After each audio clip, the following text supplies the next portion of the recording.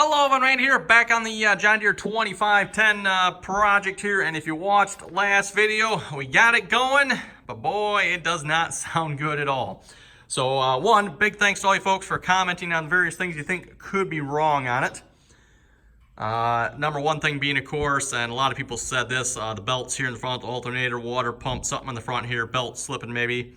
Hydraulic pump, you notice though, if I stand out of light, the hydraulic pump here, which is in the front of this tractor here, it's under, I think it's like right here somewhere, is disconnected there. If you look at how it's set up there, the shaft for it, or the connecting piece there, whatever you call that, is pulled back, so it's not connected to the crank in the front there. So it can't be that. I think somebody suspected that already and already did that step. So just guessing here, by the way, that probably means somebody's already done the easy step of doing this as well, but you never know. We're gonna go through this step by step here. Hopefully something easy. So yeah, we're gonna start with the alternator and water pump. We'll take that belt off. Looks like it's pretty easy, just a bolt up here, and then we can get that belt off and give them all a spin and see what happens. Someone was asking about oil. Oil is way over full by like probably several quarts. So that is interesting. I don't know why it's over full. It's not over full because of coolant. Coolant is good. Shouldn't be diesel fuel in it, I don't think. That would seem kind of odd. It looks like it's oil. I mean, it can't smell nothing additional on it, so, but why it's way over full, I do not know. Possibly someone said the hydraulic pump in the back, so I was kind of looking into that. Obviously, if you look at the floor here, it's a safe assumption here it is leaking from somewhere, or probably multiples of somewheres. But I'm guessing here, if you see the big bolt kind of in the middle of the screen there, that's maybe where we got to check it at. So we'll see if we can maybe pull that off and just look. I'm guessing kind of like if you remember the John Deere 2010, which probably had maybe like 2 gallons in it. Maybe we're going to be looking at about the same thing here too. So, but yeah, let's we're going to, like I said, start with the easy thing here. Pull this belt off and see what we got here. Okay, everyone, one alternator push back and belt off. So starting with the alternator here. I don't hear, like, it doesn't sound terrible, but it doesn't sound good either. If you listen to it, let me hold the camera really close here. Hopefully you can hear that. It sounds dry, but it doesn't sound like, you know, it's bad or nothing. And there's no play there. It's, yeah, it's pretty solid. It just sounds dry to me. Let's go around here. Can I access? No, I could probably get the other side better here with the fan here and the water pump. So let's see, once we got this off, hopefully that's, let's see if we can get this belt out of the way here a little better maybe. That gonna be good? I think that'll be good. And sorry if you can't see real well here. The lighting obviously back here is not the greatest.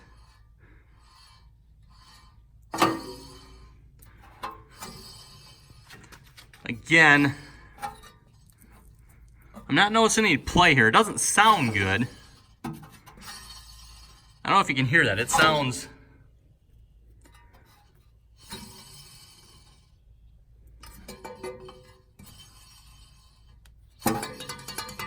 That's just hitting the belt there. That's all that is.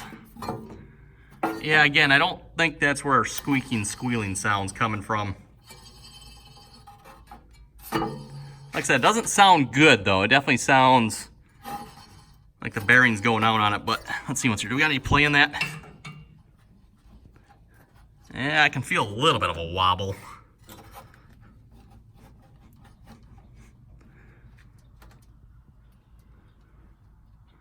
I don't know how well you can pick that up or not, but there's just, you can feel it in the fan. There's a little bit of wobble there.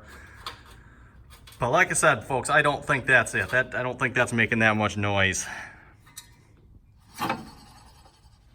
See if I can get that belt off there better. Unless, is that just the belt running up top there? Ah, yeah, okay. Belt was riding on the top there a little bit. That was providing some of the noise. That might be what some of the noise is coming from there too. Okay, so I don't think that's the water pump at this point. Next thing we can maybe look at, I'm going to check the hydraulic fluid. Like I said, judging by the floor, yeah. Okay, and behind hole number 1 here, that doesn't look like a level indicator. Nope, definitely not. Better put that one back in. Okay, and hole number 2 doesn't look like one either. Okay, so that begs the question, where is the fill level indicator on here? I have to keep looking, I guess. Okay, I'm a little stumped as to where to find a potential level here for the transmission here, hydraulic fluid. 2 bolts there, turned up a dud. I don't see anything else on this side, that screams hydraulic fluid level. And before anybody asks, let's go around the other way here. Don't see anything on this side that screams hydraulic fluid level either. It's pretty empty on this side. That I can assume is probably maybe a filter there. Just a guess, not 100% sure, but... And then around back, I don't see anything around back here either. Nothing back here seems to show or indicate the hydraulic fluid level either. I do know where to fill it. That is in the cab here, probably, yeah, just like right there. I don't know if you can see it there, but it's right there. So yeah, not sure where to fill the hydraulic, well, where to check the hydraulic fluid at. And like I said, looking at the floor, I can safely assume it is a little low. Anyway, I'm going to move on to plan B here, and that's where we're going to drain a little oil out of it. Not going to change it, we're just going to drain out probably a couple quarts if I had to guess. So let me do that here a minute, and we'll be back.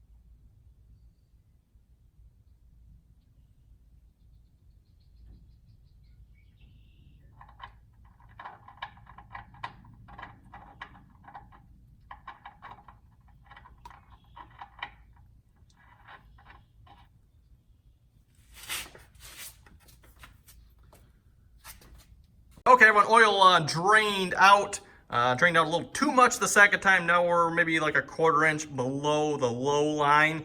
So not bad, but not good either. But I'm gonna leave it like that for the moment here. Before I put any more oil in it, we might end up pulling the pan off if we can and taking a look up in there. So don't really want to waste any oil putting some in it yet. Yeah, pulling the pan off, that might be interesting. Anyway, one thing you definitely want to do yet too is if we can, get the cab off, which take the hood off, then we can look down at the top of the motor too. Obviously haven't done that yet.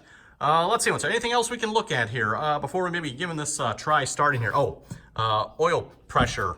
Not sure on that yet. The light in the cab does not light at all, so when the motor's off like this and you turn the key on, the light should come on. It doesn't. But I noticed, let me open the door here, if there it is. Right here, we got some sort of gauge. Don't know what the gauge is for, but just gonna hazard a guess here. Maybe oil pressure, I don't know. There is a disconnected wire here. Let me close this door here a minute. There is a disconnected wire here. Potential oil pressure sensor, I'm guessing. Maybe, I don't know. I don't know where it connects to because I don't see a connection for it here anywhere at all. So I'm not sure where that wire goes. But yeah, like I said, the light definitely does not work. So anyway, you know what I think we're gonna do here? We're gonna just give it a try starting here. Water pump is disconnected, alternator is disconnected. So if it does start, we're not gonna run it for more than a couple seconds here. And I think we'll probably know like right away. Well, before we try starting here, just to eliminate every single possibility, I went and grabbed some hydraulic fluid here. And we're gonna put the remnants of this bucket in the tractor here. Like I said, the fill is, I don't know if you can quite, probably, let's just open the door here. The fill for it is, if you can see in the cab here, is right there. So that's where the fill is. So we'll just dump all 3 or 4 gallons that's left in here in there. And then we'll, yeah, I think we'll try starting it here. Okay, everyone, hydraulic, well, as all the oil I had, I put in it here, which is about 3.5 gallons or so. So we're gonna see if it'll start here. So key on down here. This is what I was mentioning. This is the generator light here. There's also an oil light, which is not on. And I suspect maybe that wire that's hanging down there is disconnected, but there is a gauge here. Can we get this light face us? Not really. Okay, well, let's see if she'll start here. Should be a neutral. All that stuff, yeah, that's fine, whatever. Okay.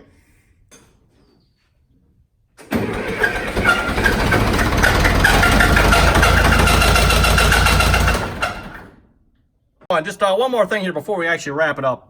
Thought I'd check one thing. I forgot to look at when I had it running there, if we had any oil pressure or not. So we're just going to give it a quick run here, see what we got.